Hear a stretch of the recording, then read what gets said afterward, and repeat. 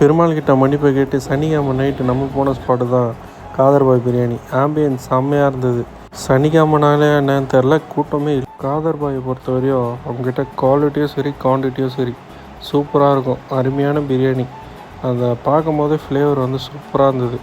நம்ம வாயில் டிப் பண்ணும் போது அடடா செம்ம டேஸ்ட்டுங்க பிரியாணி. பக்கத்தில் நம்ம அண்ணன் லெக் பீஸை வச்சு ரொமான்ஸ் பண்ணியிருந்தார். நம்ம சைடில் தந்தூரி சிக்கன் எடுத்து மின்ட்டில் டிப் பண்ணி சாப்பிட்டா அருமையாக இருந்தது. வாயில் வைக்கும் போதே தீயாக இருந்தது.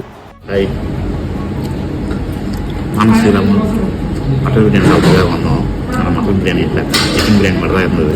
சரி அதையாவது சாப்பிட்றோன்ட்டு சிக்கன் பிரியாணி ஆர்டர் பண்ணி சாப்பிட்டு தந்தூரி ஆர்டர் பண்ணி